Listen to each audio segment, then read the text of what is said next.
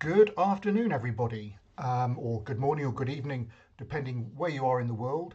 I'm delighted to welcome you to this afternoon's event with Susan Schulman, talking about her article in recent article in Studies in Ethnicity and Nationalism, a special report from the field, The Women of the Islamic State in Iraq.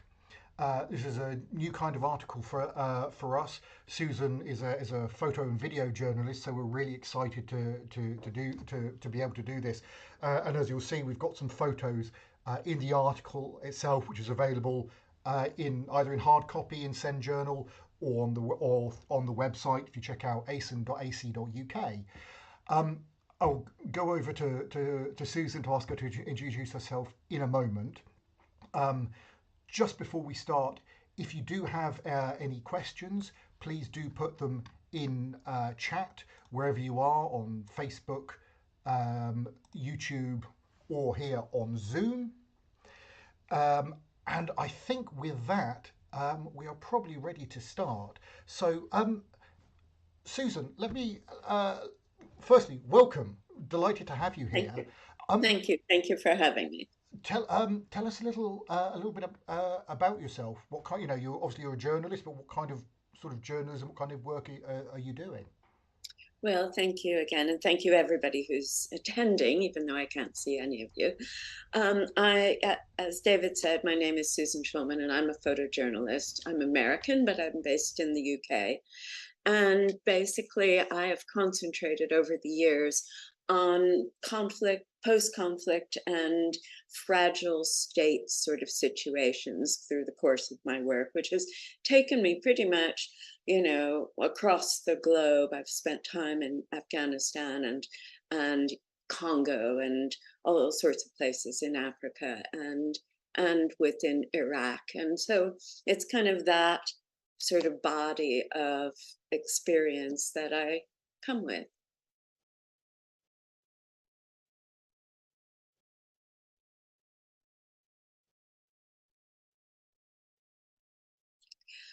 I've been interested in Iraq for years. I was first there during the war, and then I subsequently went back more relevantly to this particular story in 2019, where I did a very similar story. I went to a camp in Kurdistan that was housing everybody who was displaced at the time, which in, meant that there were the victims of ISIS next to the perpetrators of ISIS, literally. I mean, the young men who had been actually jailed and then released in Kurdistan, and the women and the families and all of that. And it was like a powder keg at the time. And it was really quite an interesting and slightly alarming trip.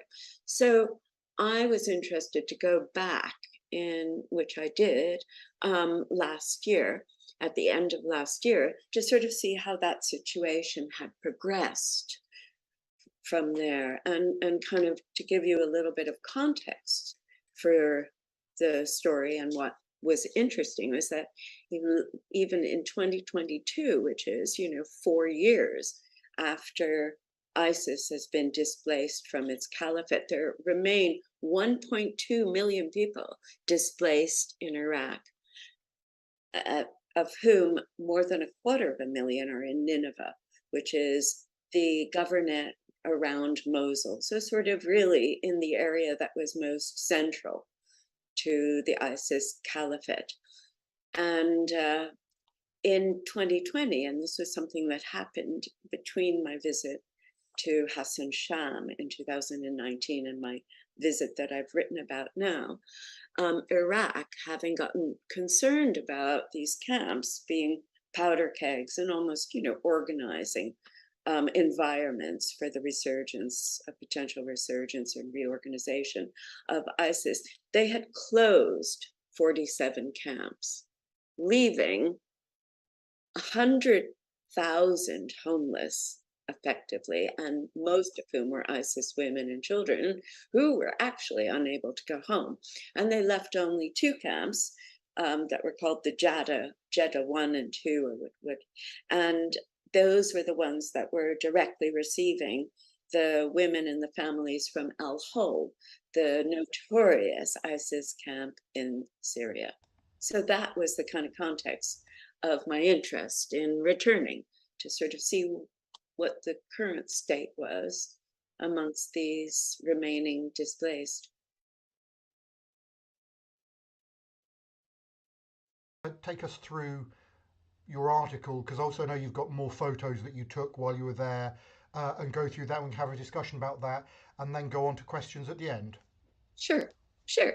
I mean, I'll just, give you a little bit of the kind of context that's in the article before I actually show you the pictures, which will give you a sort of visual context, both of a little bit of the areas and also of the individuals that I've written about. But it was sort of crazy because 100,000 of these people were left homeless and subsequently have become scattered for the most part, in half-built buildings, through Nineveh province and through other areas, governorates, and they're kind of sort of invisible and under the radar within these locations, and some of whom are now in a camp that remains in Kurdistan. But basically, these are ISIS families, women and children, and they've been kicked from sort of pillar to post. Yet, at this stage, they really have no way of getting out because there's kind of this stain of ISIS is indelible, and that stain is regardless of either age or agency, by which I mean that, there are young men who were really either tiny or not even born, who can't sort of leave these camps or leave these accommodations that they're in. And same with the women, because of the abuse, humiliation, and the fear of arrest. And nothing that they can do will erase this stain. So there's sort of no way out, is what I found. And it's kind of interesting too, because what you find underscoring the tension really between any kind of integration, potential reintegration, and the ISIS families themselves is a fear. On the one hand, society has a terrible fear of the resurgence of ISIS, and on the part of the ISIS families, they're terrified of the Iraqi state, of the militias that are roaming, and the checkpoints, which exercise an indiscriminate kind of justice. So names on lists, they can be stopped and arrested. So that's kind of a common theme on both sides, but on the kind of society, the Iraqi society side, there's this kind of hatred and a sort of vengeance, a need for vengeance or desire for vengeance in society.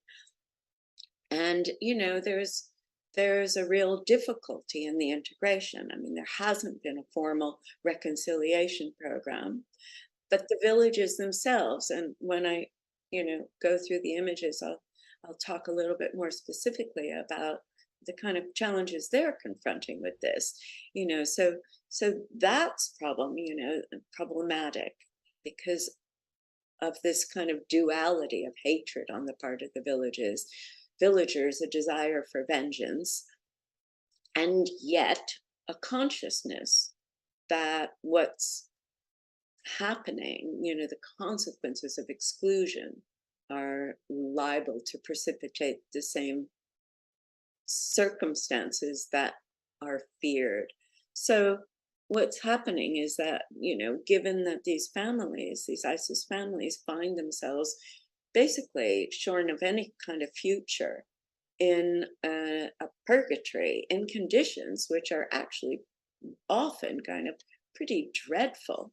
So the anger is building in them, and their sense of identity, 201, they all spoke about how they no longer feel part of Iraq whatsoever.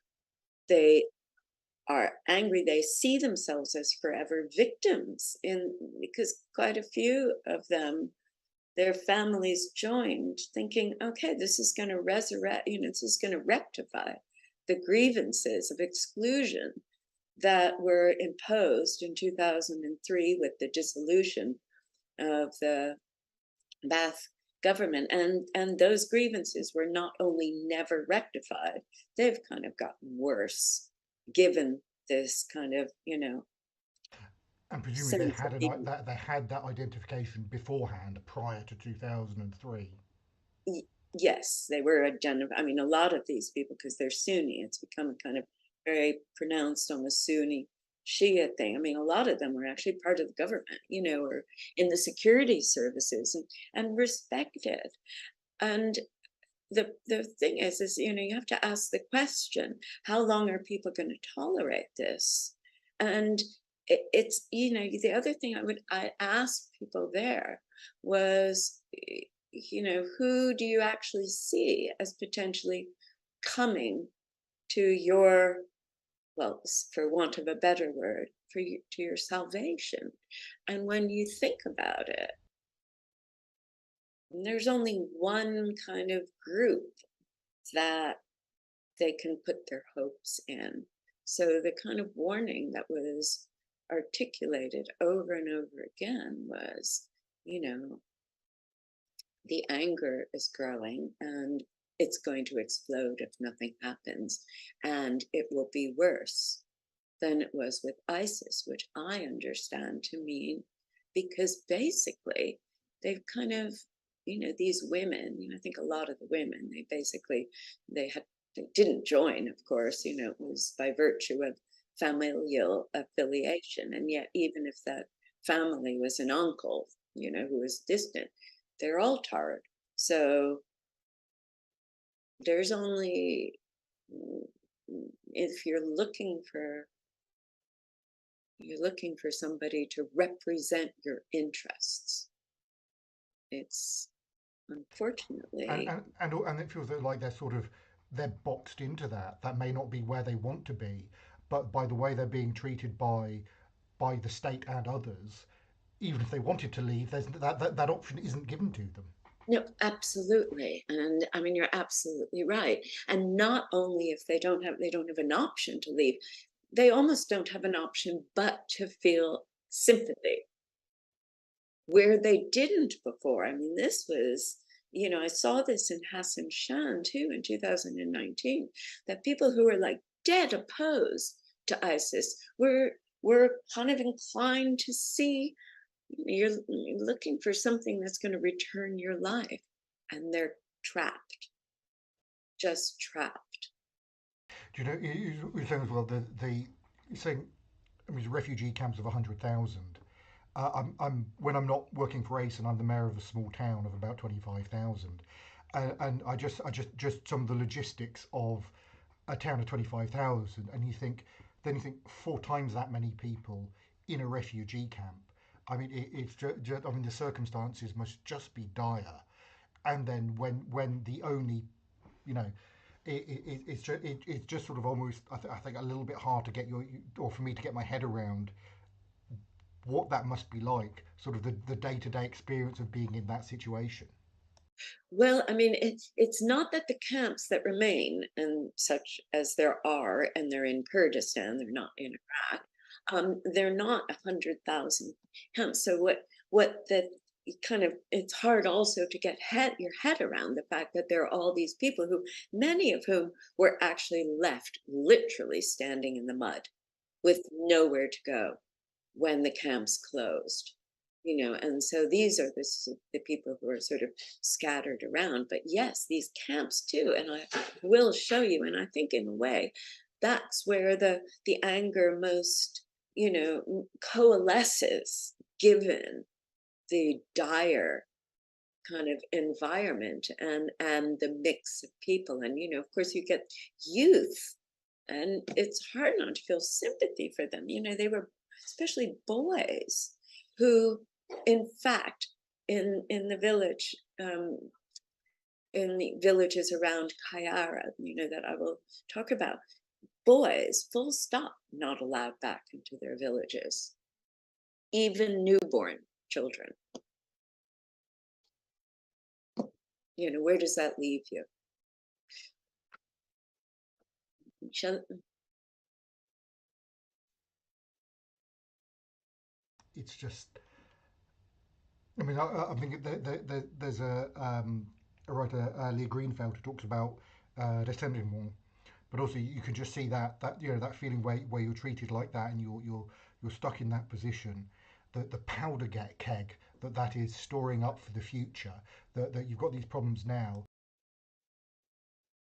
yeah, absolutely. And they were very articulate and passionate about it. I mean, and this is also for them, it's a very emotional sort of situation. It's most of these people, if they're the male members, adult members of their families aren't dead, and most of them are, or in jail, some of them are in jail, they have been obliged to sever all relationships with all of their family members. And I mean, that's already very difficult. And so some of them, like this one woman who, now I'll show you her picture in a second. I mean, they have also considered themselves victims prior to ISIS coming. They saw themselves as victims for having been excluded in 2003, and then even more so as the policies of Iraq and Maliki got increasingly bluntly sectarian. And so, they say we are now the victims and we have ended up here with no house and no home. Said we are victims of post-Saddam era, and then again now, after ISIS control, now we are really victims again as well.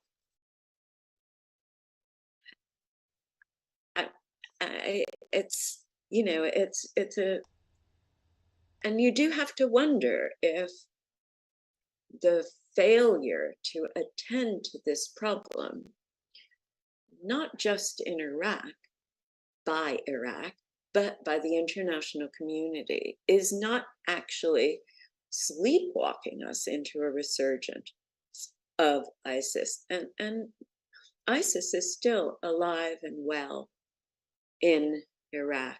In the Makmur Mountains is like a real sort of site where they kind of hide. And even if this loss of identity with Iraq, this loss of a sense of belonging to anything, these are problems that informed the rise of ISIS, but extend beyond an ISIS in Iraq. I mean, these are problems which undermine security anywhere and everywhere. Absolutely, and that you can see how that loss of identity, that displacement, and then you're searching for an identity is just poisonous to the idea of building any sort of stability or any sort of community in a place. And you can see then when people have lost that, how people are going to turn to something like ISIS. I mean, you've got the identity part, but also compounded by the way you're being treated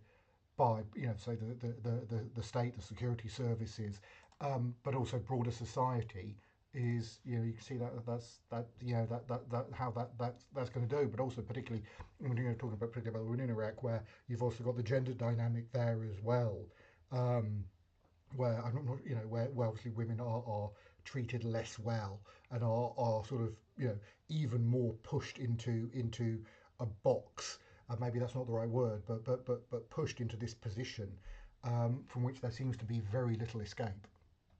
Well, it's interesting. That gender angle is really interesting too, because it's kind of like women have got it, from both sides. Because on one hand, they had no choice. We're talking married women, we're talking women whose sons and whose husbands, are the ones who joined. I mean, I don't think I spoke to a single woman who herself, by her own agency, joined. I mean, there were women, but I didn't particularly speak to any. Oh, maybe I spoke to one who was like really like, life was great. My son was, we're generals in ISIS, and we, gave all our friends and neighbors TV and extra food and everything. But for the most part, these women had no choice. Yet now they are being treated as outcasts, dangerous outcasts. So the agency that they lacked in their family members joining ISIS, they are now being held culpable for, as if they have an agency, if you see what I mean. So on one hand, they're considered powerless, and on the other hand, they're considered all powerful. You know, the agents of the return of ISIS.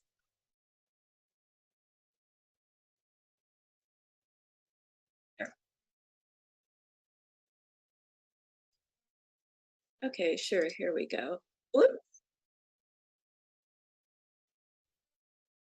To work, and we'll be able to do that. Actually, Okay. hopefully you should be able to screen share now. Okay. I'm going to try and share the screen. Here we go. Let's try this. And then let me just, okay, is that working? Yeah, it is. It is. Yes. Yeah. See that clearly. Okay, is that right? Okay, so just let me explain. I mean, I'm just going to, zip through a few that are kind of showing the context of the people I've spoken to and where they are and everything. And this is Mosul, and whoa, is this okay? Let's have to do it that way. Just a few pictures to sort of show there's intense poverty. I mean, I have no idea if this girl is displaced, but she might as well be. I mean, picking through the garbage to get food, and I've had people saying to me, at least under ISIS we had food, now we have only nettle soup. So this neighborhood is a neighborhood on the edge of Mosul, where people are living in these houses, so sort of scattered, on streets, which kind of alternate between rebuilt houses and half structures. These women who are basically hiding out. They're ones. This woman is called Halawada Abdullah, and she has 6 children and everything. And they had been kicked out of numerous camps and have ended up here without anywhere to go. This is her young son. I just thought it's kind of sweet. And those are the accommodations. They in her case it's not too bad, and that's her daughter. This woman is an interesting one. She and her daughter-in-law and her grandchildren, who are these listless children, they live in this house covertly. Their identities are concealed, so that nobody knows. They keep a tent in case they're discovered and kicked out. They live in terror of being exposed. All of their family members were killed in the liberation. They're all dead. They can't get identity documents. And this is the woman who said life was good when the men in the family joined ISIS. And today all we have is nettle soup. And they're angry. They say the government isn't helping. It's just bothering and annoying us. We just don't know what will happen when they push and push and push us. The women will respond and the men will respond in kind, in the same way they are treating us. And this is the refrain that you hear over and over again. And this woman is called Ahlam Ahli, and she is with her daughter. And they're in this house in Mosul as well. And her sons all joined, and her husband and all, they joined to get revenge. They not only were forbidden to return to their village, they were forced to sell their extensive holdings at a fraction of the cost. And they talk about how, they don't care. The Hashad al-Shah militias, the Shia militias, they don't care who they're actually targeting, and if they were actually affiliated. Anybody is prey. Any Sunni are prey to them. And as per what you were saying about, the exclusion by the government, they say like parents teach children, the government teaches the people. If the government continues to mistreat people like us here and in the camps, it'll blow up one day and be worse than ISIS. It's like so these, they're in this unfinished house. The woman on the left, Norhan, her husband is in jail under an execution order for having been ISIS.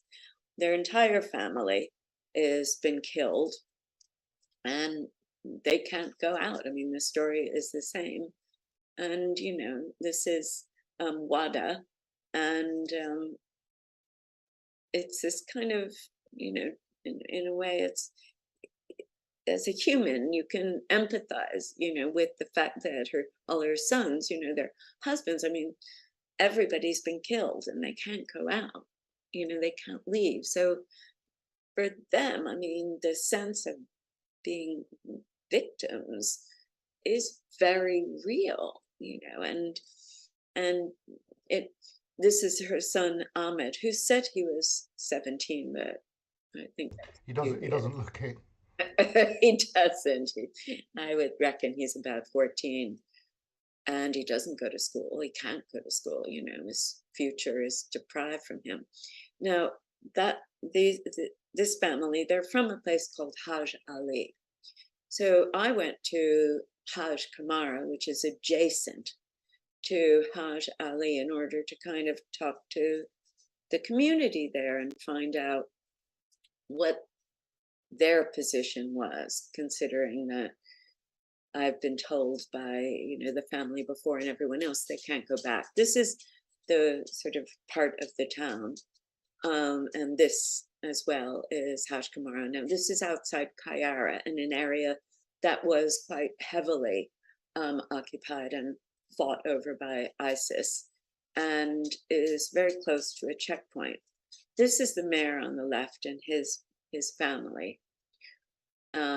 This is their neighbor, and that is, his name is Mayor Hassan Mohammed Hamoud, and his wife is Aisha Saleh Jassim.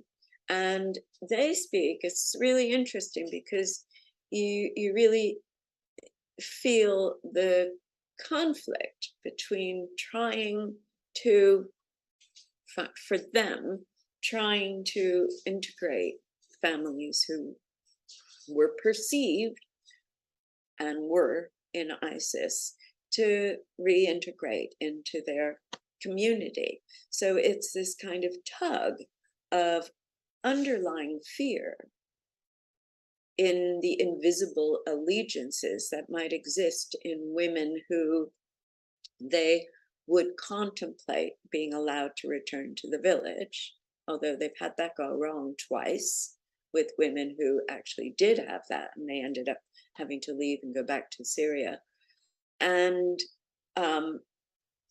so trying to preserve the safety, their safety, in a context where they say 4 kilometers outside of that village, it is not safe. And so it's trying to allow for some sort of reintegration and peace, and also to protect the people who, from the wrath and revenge that the villagers there want. And, you know, they had forbidden, and so these are a couple of families they've allowed back, but they don't have any houses. So they're camping out in these circumstances. Wow. They hadn't been allowing any boys back whatsoever until the night before I actually met. They had a meeting in which they said they would take boys up to 12 years old, and had devised a program of exchange so that where they wouldn't take a family, an ISIS family back, if a village nearby or a town nearby would agree to take theirs, they would accept, you know, that village's, you know. Understood. Yeah. I mean, I don't know how that's happened. These people were living in one of these houses. They were kicked unceremoniously out of Al Jada camp. Same story. Can't find, you know, can't work, can't leave. And, this is the camp, the one remaining camp in Iraq that's still left, where the Al Hol, the conditions are terrible. Now, this is the camp that I went to in called Hazir Camp near Mosul in Kurdistan. And you can just have a look at these conditions. And I think the important thing is to look at these conditions as the sum total, not only of their current world, but of the future as it is available to them. In Wow. other words, no way out. You have kids. This child wasn't even born when ISIS came into being. I mean, what kind of, you have to ask what kind of options are available here, What is your perspective on the world if you're trapped here, basically? These are kids who are playing with a broken flip-flop. Kids, there's nothing else. There's a hairdresser. And these women are, well, ISIS family members. And they live, this is their enclosure, their tent.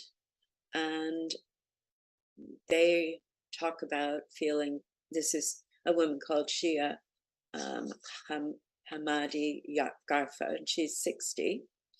And she warns that the circumstances that have bred ISIS have actually returned directly. The same processes before ISIS have returned, and they are again doing operations, meaning the Iraqi government, the militias, against them and their houses. And they're angry, they're angry. And I kind of look at the children. They're not healthy. These aren't looking like children of that age should look. And this is a sum total of their existence.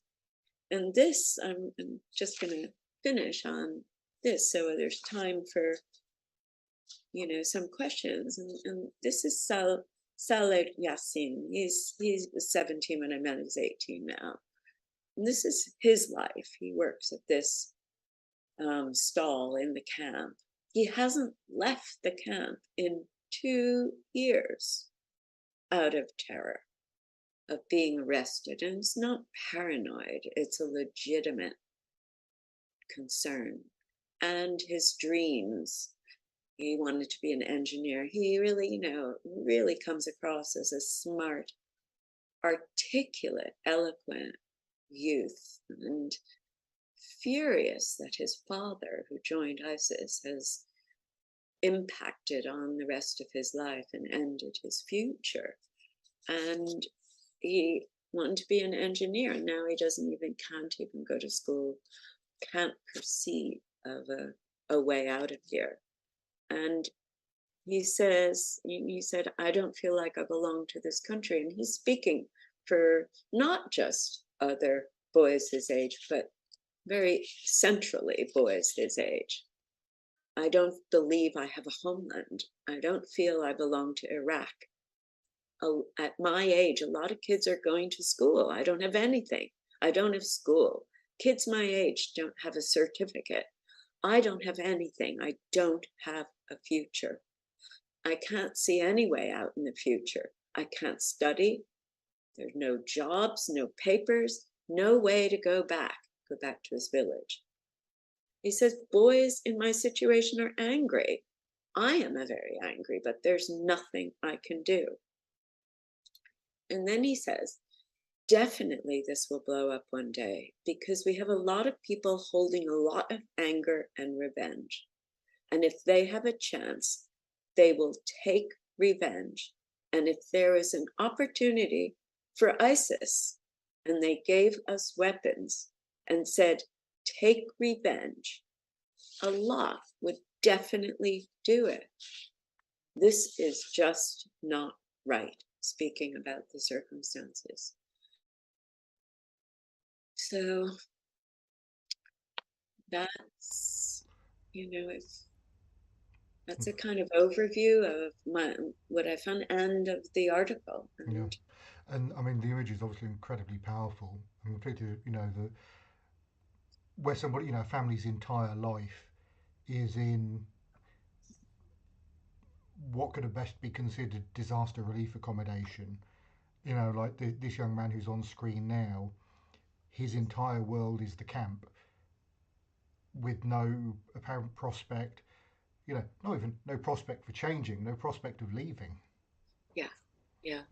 And his best hope is that job in the greengrocer. I mean, it's inconceivable, really, to uh, fully grasp what that might mean. He says it, he's articulate, you see it, but I think to have your perspective arrested like that and through no fault of your own in Yeah. his case. Do you think that this young man's father joined ISIS? Yes, he joined and he went off. In fact, when his dad joined, that was the last he saw of his father. I mean, it was the end of contact. And so, yeah, that's where I say that, the stain of ISIS is indelible and and extends, broadly. Okay. We've got a few questions coming in that we'll turn to if that's okay. Yeah.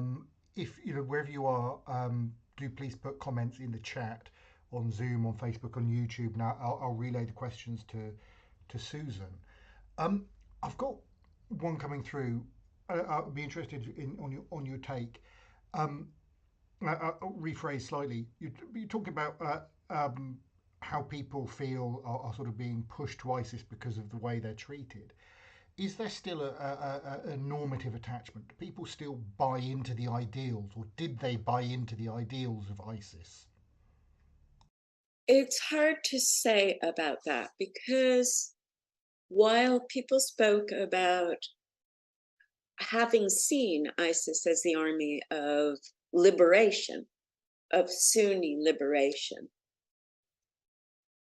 it's hard to know if that meant they bought into the ideological underpinnings of it, or whether they spoke about it as liberation. Although the mayor in Hajj al-Karama, he definitely has. I mean, the women who came back, who ended up having to leave, they still subscribe to the ideology.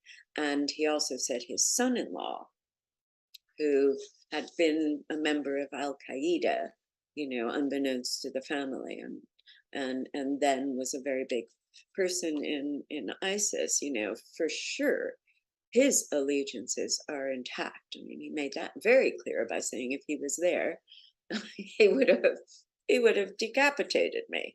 Um, And this is the. I just find that fascinating because that's sorry to interrupt. That's the mayor who obviously by virtue of being mayor has some sort of in some ways part of the regime, is part of the state, who's also is trying to work on bringing people back together, trying to reintegrating them, is suggesting that actually no, at least in some cases, the allegiance is still to ISIS. they have found that. He was making a big point that they try and allow people to come back, and he said that they make certain, quote unquote, he makes certain that they have no ISIS allegiances, neither ideological nor in contacts and links, familial links or anything else. But it's impossible to know that. It's impossible. It's the invisible, kind of, nobody has to betray it overtly unless they choose to. But yes, there were experiences that he has had in the past with women and families he had allowed back who ended up betraying the fact that they did still share those ideologies, and they were forced out again. And of course, the mayors are being targeted by ISIS, so his position is very tenuous. It's fascinating. And one just mentioned earlier, it's one that it's just an incredible situation for someone to be in. I mean, comparing to the situation here to the situation that they must be having to deal with, it is kind of it's just mind blowing to try to consider what they're having to deal with.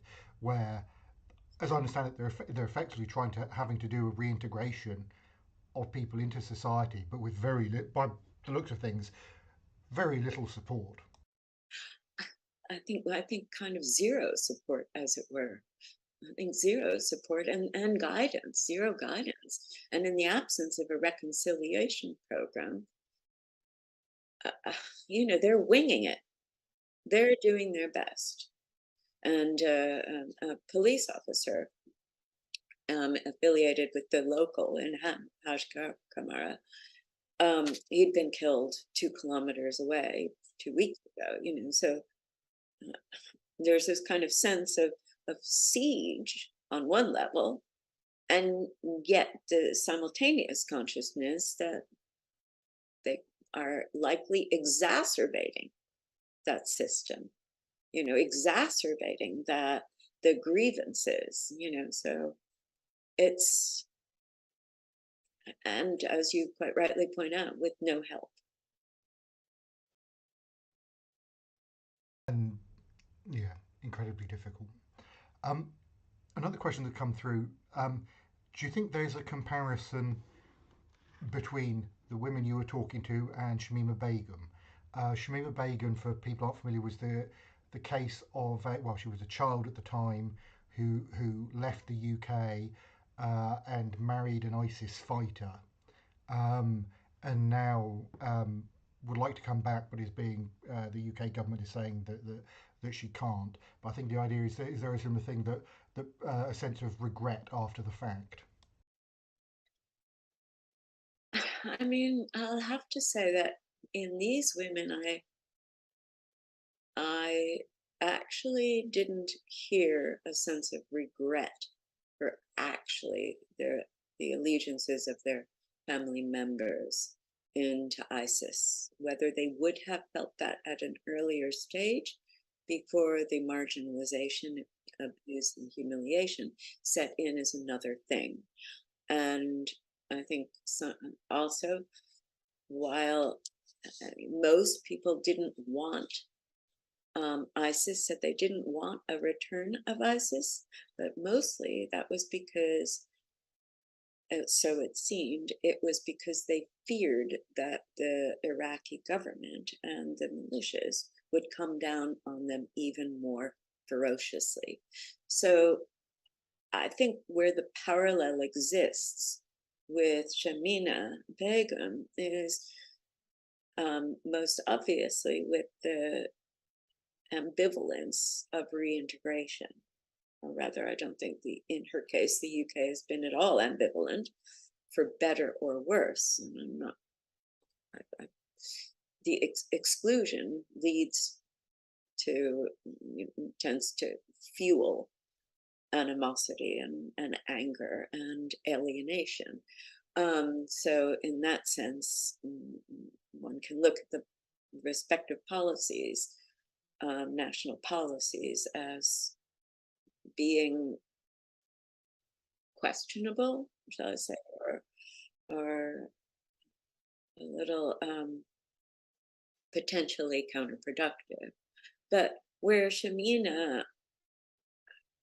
herself has expressed remorse, I didn't really see a direct equivalent there. And also, there's a certain degree of, the women I spoke to, I think there's also, whether they continue to whether they actually harbor ideological allegiances with ISIS as opposed to opportunistic and circumstantial links they might perceive. I think with Shamina, it's also very difficult to make that call as to the authenticity. I mean, I think these are the sort of murky waters. I'm not sure if I answered that question. Did I answer?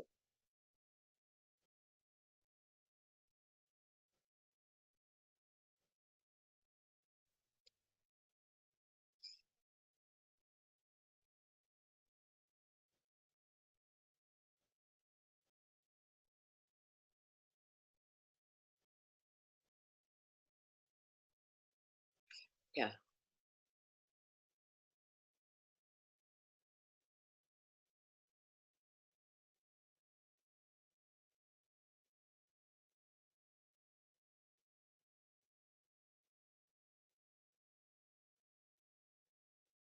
I mean, they go out with great trepidation, and in some cases, like in the Hakima Muhammad, for example, the family that keeps their tents, they have taken up occupancy in this unfinished building that's at a distance from anywhere that anyone would know them. So they do it covertly, but they keep their kids. They don't go to school, they venture out as little as possible. So I think their day-to-day lives are very much, feel very much like a kind of imprisonment. And certainly in the camp, and certainly this young man, Saleh, I mean, his day-to-day life is, I mean, he hasn't been out of this camp in 2 years. I mean, that's quite extraordinary. So I think the answer to that is they go out for food and water and all with great trepidation, and often, if not always, are dogged by abuse and humiliation. And they have to hope that they don't have any need to pass through a checkpoint. Financially, how are they supporting themselves? I think in most cases, they're, well, on the camp, I think they get a certain degree of charity, Hmm. their aid from the aid organizations, and Saleh will work. Um, I think some of them are relying on, well, for example, those who have had to sell their properties, they rely on that. I think some of them try and do little selling businesses, and I think they are surviving in most cases on pretty much as little as possible to nothing. So I think precariously is the answer. I mean, Yeah, nobody has a real job, and nobody can get a real job. So yeah.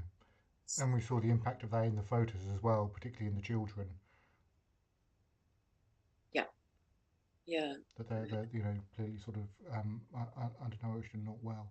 Um, so question here again: how how are women able to act as the head of the family uh, in a patriarchal state? And I guess they mean particularly in Iraq. Does that change things? Does that affect things? Or how Uh, does that affect things? I should be the question. I know that's a very broad question. yeah.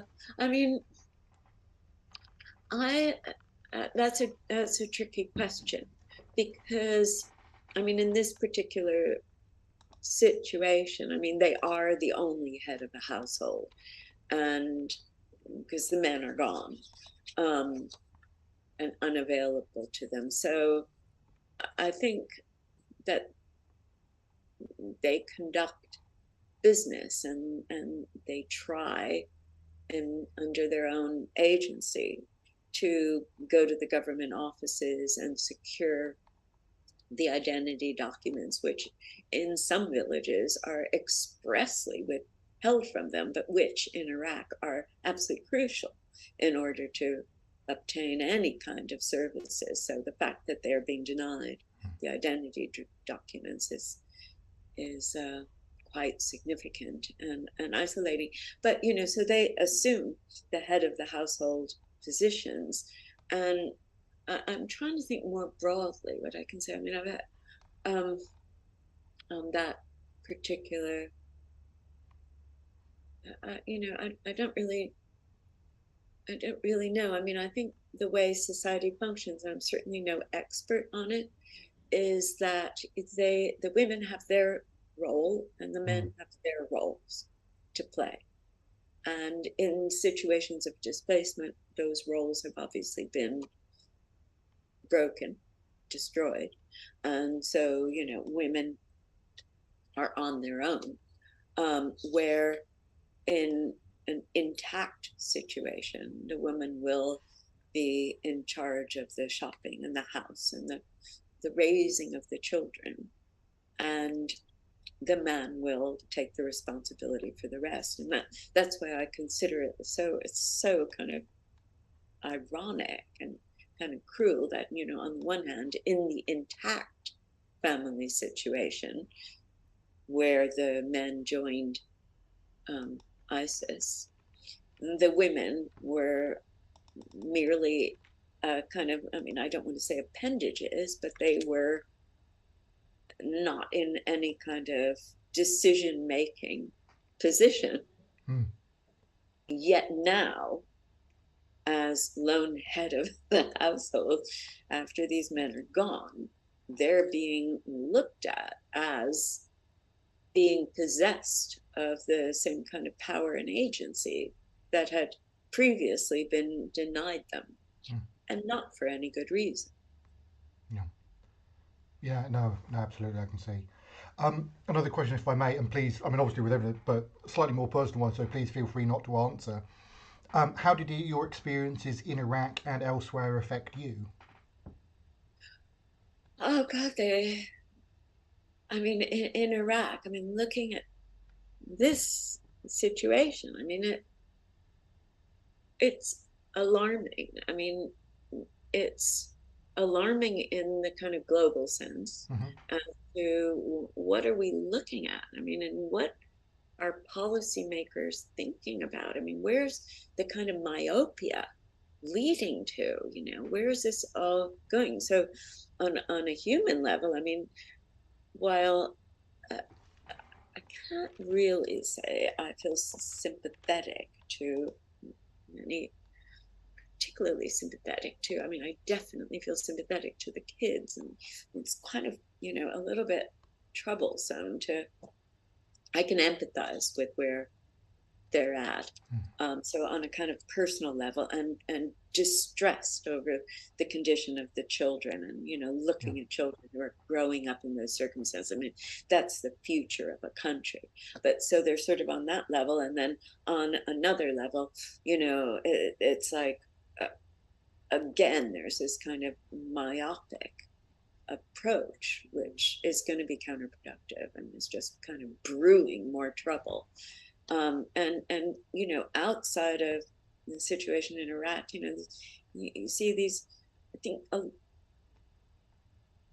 think a lot of times, I think the thing that kind of stands between what I'm looking at and feeling utterly demolished emotionally by it Mm.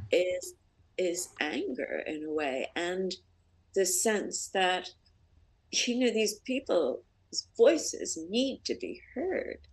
And there are lots of people who are analysts and people who talk to the upper echelons, but I think a lot of times, and this is where I feel I come in, is that it's the experiences of the people who are actually living at the sharp end of these things, and they're the voices that they are too often unheard, or kind of vaguely alluded to, their experiences. And yet, this is where lives are determined, and this Mm. is where policy on top of it Mm. is determined. This is where it should be determined, not from the top, but from the bottom. And so I think it's that kind of sense of really feeling just like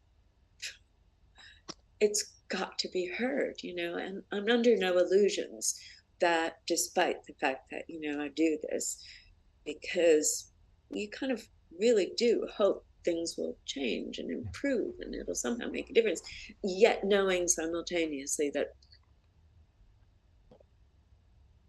it's unlikely to, but it's got to be done. So I think that's how I kind of negotiate those horrific circumstances we see with emotional kind of buoyancy.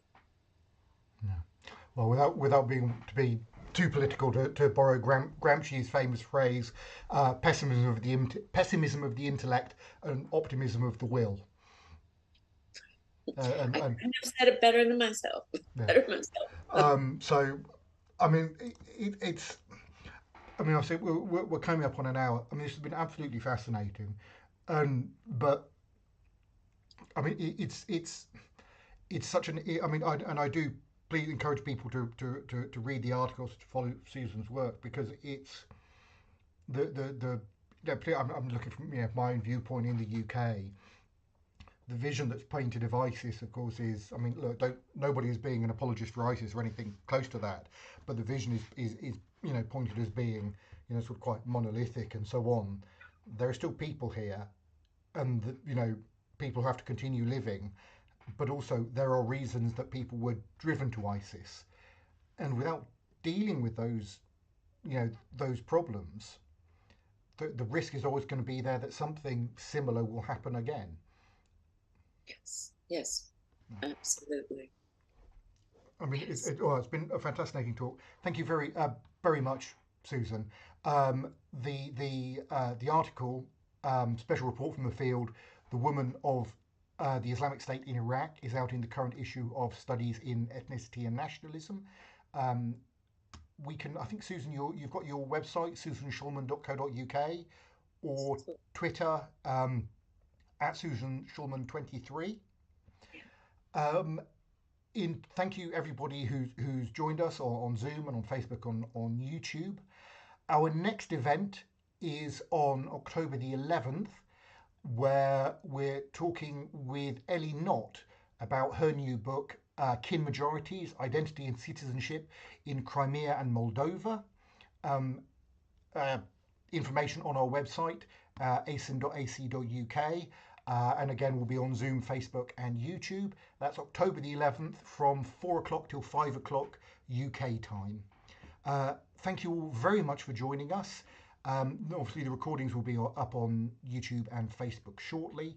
I do hope you have a very good afternoon or wherever else you are in the world, and a very pleasant weekend. Thank you for And joining thank us. you, everyone, and thank you, David. Thank you. Bye. Bye. Bye.